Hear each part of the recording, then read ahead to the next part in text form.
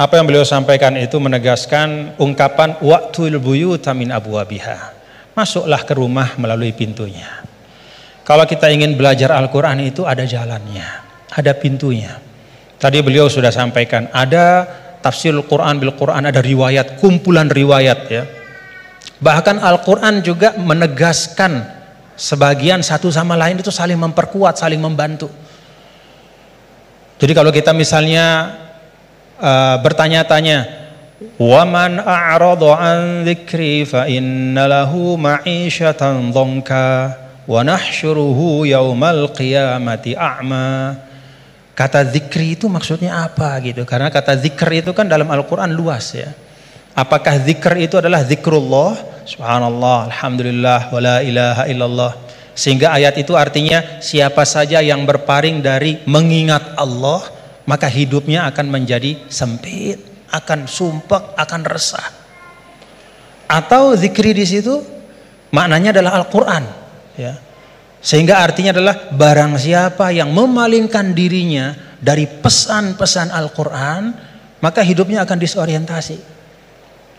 Bagaimana kita mengambil pilihan di antara dua makna? Nah, kita lihat. Qala rabbi lima hasyaratani amma wa qad kuntu basira qala kadzalika atatka ayatuna fanasitaha wa kadzalikal yauma tunsa. Lalu orang itu mengatakan di akhirat, ya Allah, bagaimana mungkin kok saya dibangkitkan dalam keadaan buta padahal di dunia saya melihat. Kemudian Allah mengatakan qala kadzalika, itu balasan yang setimpal, atatka ayatuna fanasitaha. Telah datang kepadamu ayat-ayat kami lalu kau lupakan. Nah, dari ayat ini maka ulama menafsirkan kata zikri. Oh, yang dimaksudkan dengan zikri itu adalah ayatuna, yaitu Al-Quran. Nah, ini yang disebut dengan Al-Quran yufassiru ba'duhu ba'duhu. Dia saling menafsirkan. Baik itu penafsirannya datang segera setelahnya ataupun di ayat-ayat yang lain seperti yang Al-Mukarram Ki Haji Bahauddin sampaikan. Ada yang di bagian yang lain, baik itu secara nas, secara sharih ataupun secara dilalah, secara tunjukkan isyarat. Ketika misalnya Nabi Adam alaihissalam, Allah Ta'ala sampaikan apa? Fatalaqa Adam min rabbih kalimat. Allah Ta'ala memberikan, Adam menerima dari Tuhannya kalimat. Fataba alaih. Dengan sebab kalimat yang dia ucapkan itu, Allah ampuni dosanya, kekeliruannya. Apa kalimat itu? Oh, ada di ayat yang lain. Rabbana zalamna anfusana wa illam taghfir lana wa tarhamna lanakunanna minal khasirin. Itu pintu memahami Al-Quran. Tadi Gus Bah bilang sampaikan, ada pintunya. Baik itu pintunya adalah riwayat-riwayat dari Al-Quran, dari hadis juga beliau sampaikan tadi. Al-Quran gak dibiarkan sendiri oleh Rasul, tapi didatangkan hadis untuk menyempurnakan. Bahkan ketika dulu ada orang ya, yang mengatakan ini bukan zaman sekarang, zaman dulu sekali. Ba'das sahabah, zaman tabi'in. Saya lupa, mungkin Gus Bah yang ingat riwayatnya secara persis. Ada yang datang kalau tidak salah kepada Al-A'mash, seorang imam besar namanya Al-A'mash. Lalu orang itu mengatakan, ya imam, kenapa kita capek-capek Anda ajak kami untuk baca hadis? Kenapa Anda ajak kami untuk mendiskusikan hadis panjang-panjang? Bukankah sudah ada Al-Quran di tengah-tengah kita? Ngapain lagi? Apa kata A'mash? Ya ahmaq. Pak, atajidu, apakah kamu temukan dalam Al-Quran itu ada sholat 5 waktu secara terperinci? Gak ada. Nabilah yang menegakkan amanah untuk menjelaskan sholat 5 waktu itu kayak apa, banyak rakaatnya seperti apa, waktunya gimana, kaifiyatnya seperti apa. Bahkan sebelum sholatnya pun Nabi ajarkan isbagul wudhunya kayak apa. Bahkan tidak hanya yang wajib-wajib dalam wudhu, madmadoh istinsyaknya pun, kumur-kumurnya masukin air ke hidung, semua diajarkan sama Nabi. Maka A'mash mengatakan, dari sisi ini Al-Quran lebih butuh kepada hadis daripada hadis kepada Al-Quran. Dari sisi bahwa hadis itu menguraikan, menjelaskan dan menyempurnakan, menambahkan, melengkapi bahkan yang tidak ada di Al-Quran. Nah, itu pintu memahami Al-Quran. Karena itu tidak boleh dan tidak ada istilahnya namanya ahlul Quran dalam makna bahwa hanya mau Quran saja, nggak mau tahu apa kata hadis. Itu nggak ada istilah dalam Islam.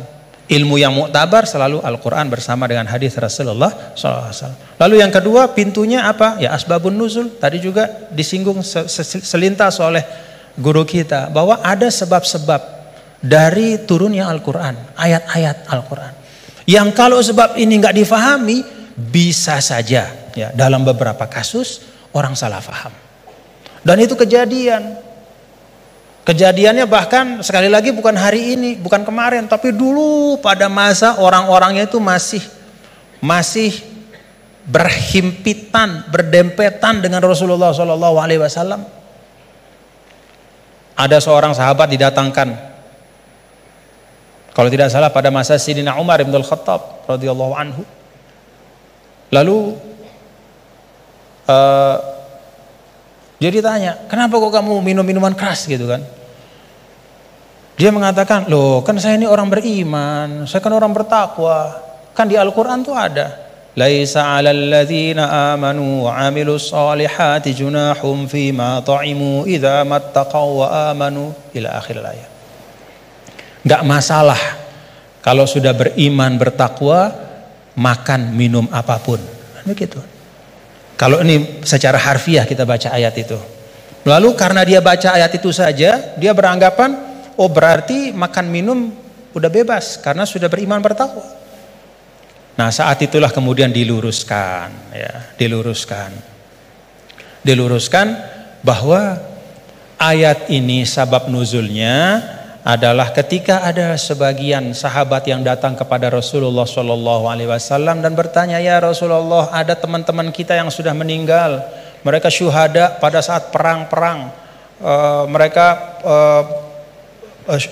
mati syahid, mereka meninggal sebelum turunnya ayat yang mengharamkan khamar. Bagaimana nasib mereka ya Rasulullah? Padahal mereka meninggal dalam keadaan masih minum khamar. Jadi meninggal ya masih minum karena memang belum turun pengharaman.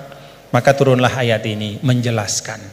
Oh, kalau memang orang nggak tahu, belum ada taklif kepada dia, nggak dosa.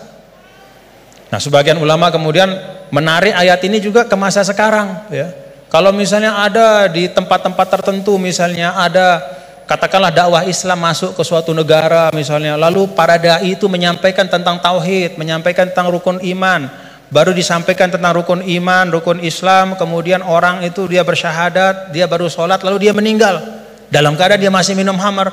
Pada saat belum dijelaskan oleh dai itu bahwa Islam mengharamkan khamar, bagaimana hukumnya dia gitu?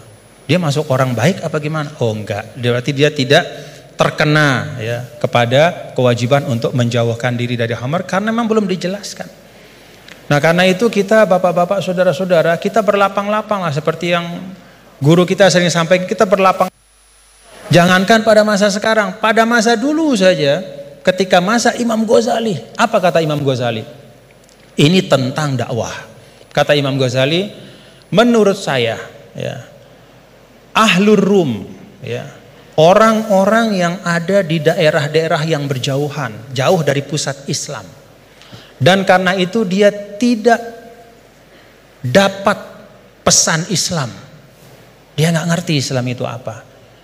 Atau Islam itu sampai tapi fi wajhin musyawash. Bentuknya udah nggak benar. Ya. Disinformasi tentang Islam. Maka kata Imam Ghazali, orang itu menurut saya hukum mereka adalah sama seperti hukum ahlul fatrah. Jadi nggak bisa kita mengatakan misalnya orang, mohon maaf, orang di belahan dunia Skandinavia misalnya di negara-negara yang jauh gitu, kemudian kita hukumkan wah mereka itu adalah orang kafir, mereka itu mukhallat finnar. Belum tentu, kecuali setelah kita pastikan bahwa cahaya Islam sudah sampai dalam bentuk yang sebenarnya dan mereka menolak dengan kesadaran. Itu namanya kufur. Al-juhud, menolak dengan kesadaran. Kalau sesuatu itu nggak sampai, dia mau nolak apa? Atau kalau sesuatu itu sampai tidak dalam bentuk yang benar, dia nggak salah kalau nolak. Misalnya hari-hari dia dapat berita Islam agama teroris, misalnya nih dari medianya, itu aja yang dia konsumsi. Kita nggak punya dai ke sana karena nggak ada kita yang menguasai bahasa Skandinavia misalnya, nggak ada yang ngerti bahasa Finland, maka kita nggak pergi ke sana. Kita di sini saja di Indonesia, lalu kita hukumkan orang di sana di mana-mana hanya karena dia tidak la ilaha illallah Muhammadur Rasulullah, berarti kafirun mukhalladun finnar? Enggak, belum tentu. Kata Imam Ghazali, bisa jadi itu ahlul fatrah. Nah, dengan itu maka kita lebih tenang di dalam berdakwah, tidak mendahulukan memvonis seseorang, sekelompok orang, tapi tausilud dakwah yang kita utamakan, menyampaikan itu yang diutamakan. Nah, tadi beliau menyampaikan itu tentang sabab nuzul. Dan yang ketiga yaitu ma'rifatul lughatil arabiyyah, itu pintu. Jadi pintunya itu yang pertama adalah riwayat-riwayat baik dalam Al-Qur'an, ayat-ayat Al-Qur'an maupun hadis, kemudian juga ijma' sahabat. Yang kedua adalah sabab nuzul kita faham. Dan yang ketiga itu mengerti ya masalikul Arab, ya bagaimana cara orang Arab bicara, karena itu juga sangat mewarnai bagaimana Allah Ta'ala ya menurunkan kitab suci Al-Qur'annya. Dan alhamdulillah bapak-bapak, saudara-saudara, kalau kita ada ketekunan, ya ini teman-teman semua ya, kalau ada ketekunan ya seperti sekarang kita bisa menikmati ya. Kalau dulu misalnya apa yang disampaikan oleh Gus Baha itu hanya bisa dinikmati oleh para santri ya, di pesantren-pesantren, itu pun dalam halakoh-halakoh yang terbatas. Tapi alhamdulillah berkat UII ngaji bareng kita bisa menikmati hari ini mutiara-mutiara dan keindahan Al-Quran. Alhamdulillah. Saya balikin lagi kepada Gus Baha sebagai sahibul bait.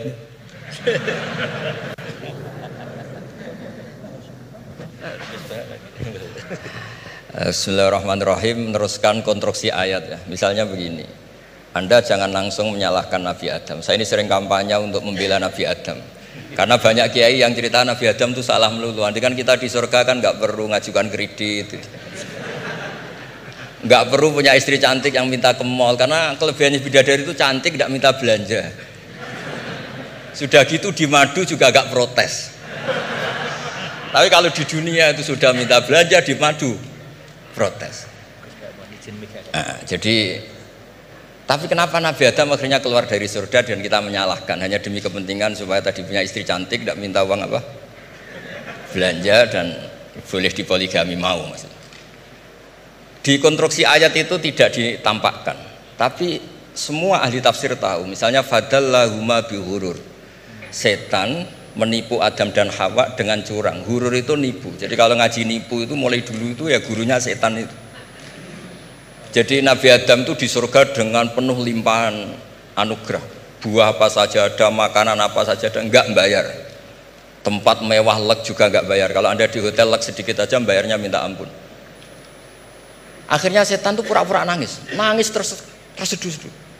Akhirnya Nabi Adam menghampiri. Kenapa kamu nangis? Saya ini iba sama kamu, kasihan. Nikmat begini nikmat, pada akhirnya Anda ini mati, karena Anda manusia pasti mati. Kasihan sudah senikmat ini kemudian Anda mati. Pura-pura nangis, jadi lama ya nangis, acting itu. Akhirnya Nabi Adam tanya, lalu solusinya gimana? Terus setan tinggal numpangi. Hal adulluka ala syajaratil khuldi wa mulkil la yafla. Kamu mau tak kasih vitamin, makan pohon khuldi, nanti kalau kamu makan itu terus abadi. Jadi terus setan, Nabi Adam mulai ragu ya, tapi Allah melarang saya makan pohon khuldi itu, syajaratul khuldi itu. Kamu tidak usah cari tafsirnya, itu anggur apa ketela apa duren, itu namanya orang kurang penggawean itu gak penting. Ketika Allah tidak menjelaskan detail, itu berarti detailnya itu tidak penting. Kamu sok penting nyari itu apa itu. Allah saja tidak menjelaskan, kok kamu yang manusia mau menjelaskan. Akhirnya Nabi Adam tanya, apa betul Allah itu melarang saya makan itu? Terus Allah cerita, wa qasamahuma inni lakuma laminan nasihin.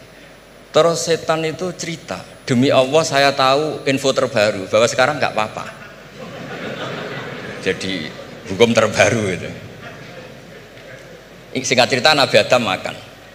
Ketika makan, berarti setan salah karena menipu Nabi Adam, Adam salah karena makan pohon khuldi tadi. Apa yang terjadi? Allah manggil Nabi Adam. Adam, kenapa kamu makan itu? Bukankah pohon-pohon yang lain, buah-buah yang lain itu cukup? Kenapa kamu makan yang saya larang itu? Terus jawabnya Nabi Adam ini yang unik, yang kita harus bela Nabi Adam ila yaumil qiyamah. Wa izzatika ya Rabbi ma adzunnu anna ahadan yahlifu bika kadiban. Demi kehormatanmu ya Allah, ketika engkau disebut oleh setan, saya tidak pernah mengira ada orang berani mencatut nama engkau kemudian dia bohong. Loh, ini contohnya Pak Fajar ini, sama temannya yang paling sering bohong itu dia nggak percaya, tapi meskipun sering bohong kalau dipanggil Pak Rektor ngecek ulang apa enggak, kalau kalimatnya dipanggil Pak Rektor pasti nggak ngecek ulang, meskipun teman yang sering bohong pasti langsung nyari Pak Rektor. Saya misalnya sebagai murid Mbah Maimun punya teman yang sering bohong sekalipun, terus bilang Gus dipanggil Mbah Maimun, pastilah langsung ke sana, karena disebut nama itu orang sudah ada berpikir jelimet. Ketika engkau disebut ya Allah, saya tidak pernah ngira ada orang mencatat nama engkau kemudian dia bohong, sehingga Allah itu haru sama Nabi Adam. Makanya Nabi Adam itu diusir. Ini meneruskan ayat yang dibaca Mas Masjid tadi, diusir tapi disangoni. Dam, secara prosedur hukum kamu harus saya usir karena kamu melanggar, tapi tak sangoni. Lucu kan? Tak sangoni, kamu baca ini ya. jadi unik. Makanya ayatnya fatalaqqa Adamu mir Rabbi, bukan kreasinya Nabi Adam. Kalimat itu bukan kreasi Nabi Adam, tapi hadiah sama Allah. Ini kamu secara laturan tak usir, tapi tak sangoni, ini dibaca nanti. Tapi Nabi Iblis nggak disangoni, karena memang dia penipu betul. Sudah gitu akting pura-pura nangis, pura-pura ini itu, jadi bener-bener penipu ulung. Makanya sekarang pun kalau penipu itu memang harus sopan, harus nangis, itu cara untuk karena sanatnya penipuan memang begitu, sanat awalnya memang begitu, pura-pura nangis terus pura-pura itu. Jadi itu memang cara paling efektif untuk apa? Nipu. Ada sanatnya. Nah, lalu kenapa ada hadis mangqala la ilaha illallah dakhalal jannah? Ini terakhir, terus nanti Mas Masdi ngendikan terus doai sekalian. Perintah Sohibul Bait, bukan permintaan, perintah. Perintah itu bukan berarti tidak sopan. Memang bahasa Indonesia itu gitu. Permohonan itu mesti diabaikan. Kalau perintah itu agak tegas. Bukan masalah. Jadi begini. Saya ulang lagi konstruksi ya, konstruksi ayat fadallahuma bihurur. Kenapa mangqala la ilaha illallah dakhalal jannah? Itu unik. Kalau kita baca hadis, ada orang itu pendosa, salahnya sudah minta ampun, sama Allah dipanggil. Ini hadis musnad, riwayat Musnad Ahmad dan banyak riwayat yang lain. Dipanggil, Fulan kamu ke sini. Kamu lihat itu apa? Bok Gusti. Berapa? 99. Per bok itu maddul basor. Sepanjang mata melihat itu isinya dokumen kesalahan dia. Jadi nggak kayak yang di pengadilan itu hanya beberapa tumpuk. Itu sepanjang dia lihat itu kesalahannya dia. Sepanjang dia melihat. Sudah gitu jumlahnya 99. Ya dia putus asa, dia tidak akan masuk surga. Kemudian sama Allah, sudah kamu tenang saja, diambilkan bok kecil, kecil sekali, paling sak bok jam tangannya. Dah, innaka lan tuzlamal yaum, kamu tidak akan terdolimi. Kenapa Gusti? Ini kamu punya kebaikan ini kecil sekali. Ya apa efeknya Gusti? Kan nggak ngefek kesalahan seperti itu. Kemudian bandingannya hanya kebaikan sekecil itu. Dah kamu tenang aja. Setelah ditimbang, box 99 yang jumlahnya maddul basor kira-kira 3 kilo sama satu wadah jam kecil, ternyata setelah ditimbang itu menangin 1 jam kecil karena isinya la ilaha illallah. Malaikat itu gak berani. Kamu berani ada namaku kemudian kamu abaikan. Saya dipanggil 1000 mahasiswa UII sama satu Pak Rektor, Pak Fajar. Kemana arahnya? Ke satu rektor apa ke 1000 mahasiswa yang manggil? Pak Rektor, kan ini urusan nasib. Nah ini cerita, malaikat yang nimbang Pak Warsono itu diprovokasi sama malaikat yang lain. Kamu berani nggak mempertimbangkan kata Allah di situ? Wah ya tidak berani. Nah, itu disebut fala yaskulu ma'asmillahi ta'ala syai'un, dibandingkan asma Allah itu tidak ada yang bisa ngungguli. Nah, di sini terus para torekot, para apa konwiridan Allah. Tapi karena kita ini sekarang sudah tidak ngaji, malah tanya, gunanya apa sih muni Allah? Lu nyebut pangerane orang-orang gunanya itu. Oh, ini sedang nyebut Tuhannya, kok kamu tanya gunanya apa? Kamu tak kasih uang aja tidak pernah tanya gunanya uang ini apa? Pas dijak wiridan tanya, gunanya apa sih? Oh, dasar orang aneh. jadi logis. Lah Nabi Adam juga sama, ketika disebut asma Allah itu nggak mikir yang lain, apa setan itu penipu apa enggak, sudah grogi yang manggil Allah langsung. Nah, makanya saya mohon kenapa kita memahami mangkana akhiru kalamihi Allah la ilaha illallah dakhalal jannah. Karena dengan itu malaikat nggak berani macam-macam. Jadi nanti kalau Anda ketemu malaikat tukang hisab, ayo silahkan abaikan nama Allah. Kalau kamu berani berarti tidak malaikatnya Allah. Masa namanya Allah gak dipertimbangkan? Ya tadi misalnya dosen-dosen UI ada undangan seminar menjanjikan, enggak seminar menjanjikan tapi yang manggil rektor, milih mana? Kira-kira saja milih rektor kan? Karena ini nasib berkelanjutan kan kalau seminar kan. Apalagi ini asmane Allah. Nah, makanya Nabi ngendikan fato satis sijilat wasakula ismuwah. Kemudian bok kesalahan tadi jomplang kalah, kemudian yang menang hanya asmanya Allah Subhanahu wa ta'ala. Makanya terus disebut, sudah Nabi ketika tanya amal apa paling baik ya Rasulullah, gini dzikrullah fisirri wal alan gini-gini, dan kamu mati dan kamu hidup walisanu katorbun, kamu harus selalu ingat Allah ta'ala. Lah dene saya sekarang itu sudah biasa ingat Allah terus disuruh ingat rektor, ya muga-muga itu tugas dari Allah juga. Saya tidak tahu apa benar apa tidak tahu. Tapi yang jelas saya tidak jenis orang yang apa ya, terus nganggep apa dunia penting betul. Tapi yo penting lah, gue sanggup mati. Tapi yang jelas supaya sampean ngerti madhab saya, karena ini ngaji dan saya punya niat baik, maka saya ungkapkan cara berpikir saya. Jadi sampean tidak usah kaget. Mungkin namanya kan mengabaikan kesalahan, cara berpikir nggak gitu. Kita punya riwayat sahihah bahwa ketika malaikat mengabaikan semua kesalahan ini karena nggak berani memperbandingkan asmanya Allah dengan yang lain. Makanya disebut di akhir hadis fala yaskulu ma'asmillahi ta'ala sayun. Ketika sudah nyebut Allah harus dianggap selesai. Enggak boleh habis nyebut Allah mau mati kredit, enggak boleh. BPKB di bank ini enggak boleh. Nanti akhir hayatnya bilang BPKB bukan Allah. Enggak, harus kata Allah itu mengunci. Disebut akhiru kalami. Lah kalau sampean tanya, kenapa itu menjadi penting? Karena tadi malaikat tidak akan memperbandingkan Allah dengan yang lainnya. Makanya ketika ulama-ulama sufi, kalau kamu habis salah istighfar, nanti di sohifah kamu akan ditulis habis salah, salah. Terus di belakang ditulis, tapi setelah itu dia bilang astagfirullahaladzim. Nanti malaikat tinggal aja kamu teror, kamu mempertimbangkan Allah apa yang itu. Ini tak ajarin, kalau tepak ya kamu didengar, kalau tidak malah digebuki, tidak tahu saya. Tapi itu ijazah resmi ini hari ini. Hadisnya akurat. Ijazah. Nggih ngoten mawon, kok nak kesuwen kepinteran nyanyi kula. Assalamualaikum warahmatullahi wabarakatuh.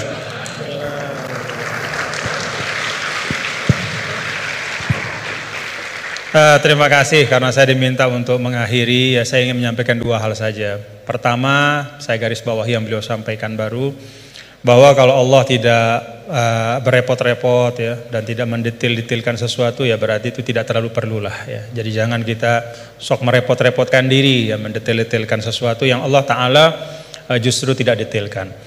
Nah artinya apa? Ya memang letakkan sesuatu pada tempatnya, dan itu menurut saya juga yang sering beliau sampaikan ya, bahwa dengan meletakkan sesuatu pada tempatnya itulah menjadi asas kebahagiaan ya. Jadi kalau kita tahu menempatkan sesuatu pada tempatnya, ya kita akan lapang-lapang saja ya menyikapi nikmat, musibah dan segala macam. Nah kalau kita lihat nih, pertanyaannya apa sih yang dipentingkan oleh Allah dalam Al-Quran ya. Kalau kita lihat ya tentu Allah Ta'ala yang maha tahu apa-apa yang paling penting, yang paling utama ya, pokok-pokok akidah, kemudian pokok-pokok ritual ibadah. Ya kalau kita lihat misalnya dari sisi panjang pendeknya ayat saja, 282 Al-Baqarah itu ayat paling panjang dalam Al-Quran adalah tentang transaksi hutang piutang ya, itu muamalah. Dan salah kalau kita misalnya menanggapi atau mempersepsi bahwa urusan utang piutang itu urusan dunia belaka. Enggak ya, buktinya Gus Bahak tadi nyampaikan beberapa hal tentang utang piutang dalam mengaji barang ini, berarti sesuatu yang penting. Nah dalam ayat itu juga disampaikan di akhir ayat tentang hutang piutang itu apa? Wattaqullah wa yu'allimukumullah. Wattaqullah wa yu'allimukumullah. Jadi bahwa muamalahmu, transaksi keuanganmu, hutang piutangmu hal ihwal tentang keuangan itu menyangkut takwa juga gitu. Itu menyangkut takwa juga. Itu bagian dari ekspresi bertakwa kita. Hutang yang benar, menulis dengan baik, membayarnya juga dengan baik, berhutangnya pun kalau memang betul-betul butuh dan seterusnya. Dan banyak lagi di dalam Al-Quran ayat tentang muamalah. Nah, saya sering sampaikan ya, bapak-bapak saudara, kalau kita misalnya menggunakan pembagian yang walaupun kita bisa perdebatkan lah ya tentang validitasnya 100%, tapi ada pembagian yang sederhana oleh para ulama. Pertama, dalam Islam itu ada disebut dengan ruang akidah ya. Yang kedua ruang ritual ibadah, dan yang ketiga adalah ruang muamalah. Semuanya itu tentu dalam makna semuanya hidup adalah ibadah, tapi kalau dibagi ruang akidah itu terkait dengan rukun-rukun iman kita, keyakinan-keyakinan pokok. Itu sifatnya tauqifi, nggak boleh dikreasikan. Jadi apa yang Allah Ta'ala sampaikan, yang berikan, ya seperti tadi disangoni Nabi Adam, fatalaqa Adam berkalimatin fataba alaih. Ya Rabbana zolamna, ya itu sudah sangon dari Allah. Ya iman itu ya kayak begitu. Kita disangoni, diberikan, ditegaskan, dibatasi. Lalu ritual ibadah juga sama, sifatnya tauqifi. Nah pada saat muamalah itu sifatnya beda. Sifatnya itu ijtihadi ibada'i. Jadi sifatnya itu kita dikasih prinsip oleh Allah, ruang muamalah kehidupan ini, namanya sosial, politik, budaya, ekonomi, ya, kita diberikan prinsip, tetapi perinciannya itu diserahkan kepada kita. Bagaimana kita memprosesnya supaya bisa menghadirkan kemanfaatan dan kemaslahatan untuk semua, tanpa menghilangkan prinsip-prinsip itu. Nah, jadi kalau kita dalam konteks misalnya yang beliau sampaikan tadi, ya semua hal-hal yang ada ini selain daripada akidah dan ritual ibadah itu kan muamalah. Maka prinsipnya adalah kita saling melengkapi gitu. Dan saling mengisi dalam kebaikan. Nah, kemudian yang kedua, yang terakhir, ulama juga mengatakan begini. Ketika kita belajar Al-Qur'an, maka kita juga belajar tentang lawazimul makna atau lawazimul faham. Ada satu kefahaman dari ayat. Nah, konsekuensi dari kefahaman itu apa? Ya, nah itu beliau tadi juga sudah sampaikan berulang kali. Kalau kita misalnya, ini satu ilustrasi saja. Ya ayyuhalladzina amanu idza qumtum ilas salati faghsilu wujuhakum wa aydiyakum ilal marafiq wamsahu bi ru'usikum wa arjulakum ila akhiril ayah. Wahai orang beriman, kalau ingin masuk ke dalam solat, hendak solat, maka ambil air wudu. Basuhlah muka dan seterusnya sampai akhir ayat. Secara fikih, ya tadi beliau sering mengajarkan kita, secara fikih ini tentang kewajiban kita berwudu dengan prosesinya. Tapi ada lawazim dari ayat ini. Apa lawazim dari ayat ini? Kalau kita bicara wudu, kita bicara sumber daya air.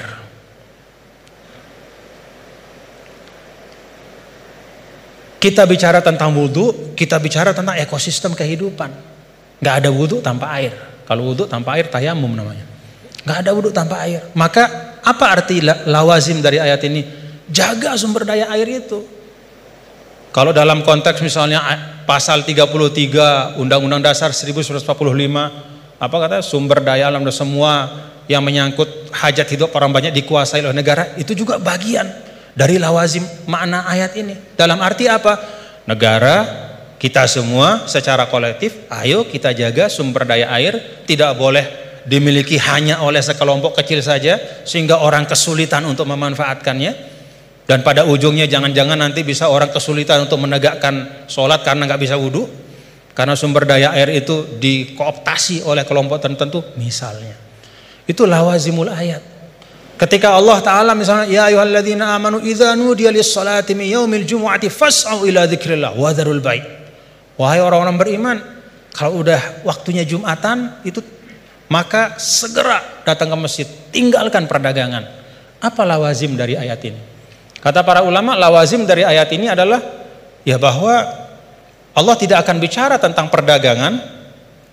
Allah tidak berbicara tentang sesuatu yang penting ya, yang bisa mengalihkan ya, seseorang dari ibadah ya. Kan di sini diletakkan orang kalau terlalu cinta berdagang ya, maka dia nggak mau ninggalin bisnisnya untuk sholat gitu, karena time is money.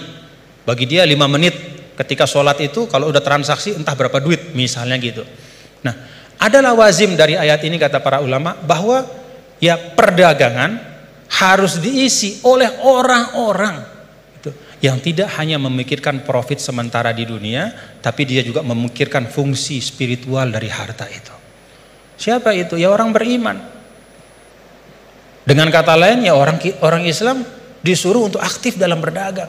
Karena ketika perdagangan itu diisi oleh orang-orang yang tidak punya pandangan lebih dari dunia, kalau kata orang Sasak, enggaknya cuman dia pandang dunia saja, ya dia tidak akan mungkin bisa menunaikan pesan ayat ini. Jadi ayat ini bisa ditunaikan pesannya adalah oleh orang-orang yang ketika dia hidup di dunia, beraktivitas di ekonomi, ya, membangun kapital, membangun bisnis, tapi pada saat yang sama dia juga meletakkan itu semua menjadi bagian dari ibadahnya kepada Allah. Jadi ayatnya tentang ibadah sholat Jumat, tapi pesannya di sana adalah isi ruang bisnis itu, ikhtiarkan supaya ruang-ruang ekonomi itu terisi oleh orang-orang yang ngerti bahwa dunia ini adalah jalan untuk mencari kebahagiaan yang lebih hakiki, itu di sisi Allah Ta'ala. Jadi itu dua hal yang mungkin saya ambil dari beliau tadi. Kita pentingkan apa yang memang penting, dan yang kedua kita pahami ayat itu tidak hanya dari sisi teksnya, tapi dari konsekuensinya di dalam kehidupan kita. Terakhir bicara tentang sanad. Nah, saya ada satu hal, kalau saya pertama kali saya ketemu sama Gus Baha, ya, melihat beliau, ya, ada nggak bapak-bapak, saudara-saudara melihat dari beliau yang beda, ciri khasnya?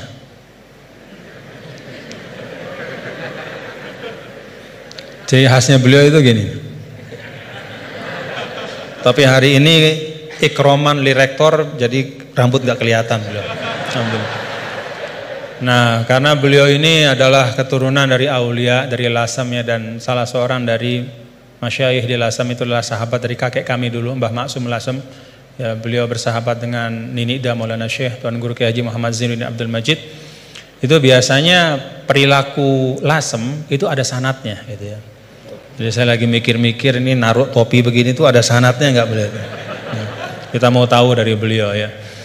Ala kulli hal, bapak-bapak saudara, terima kasih Gus atas ilmu-ilmunya dan silaturahim kita pada pagi hari ini.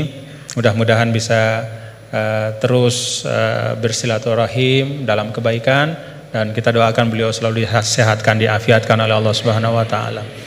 Ya, cara gampang buat kita mendoakan diri kita itu doain orang lain, ya. Itu resep yang paling gampang. Jadi kalau kita doain diri kita ini kan belum tentu terkabul. Tapi kalau kita doakan orang, malaikat yang mengaminkan doa kita dan mengatakan untukmu seperti yang kau doakan.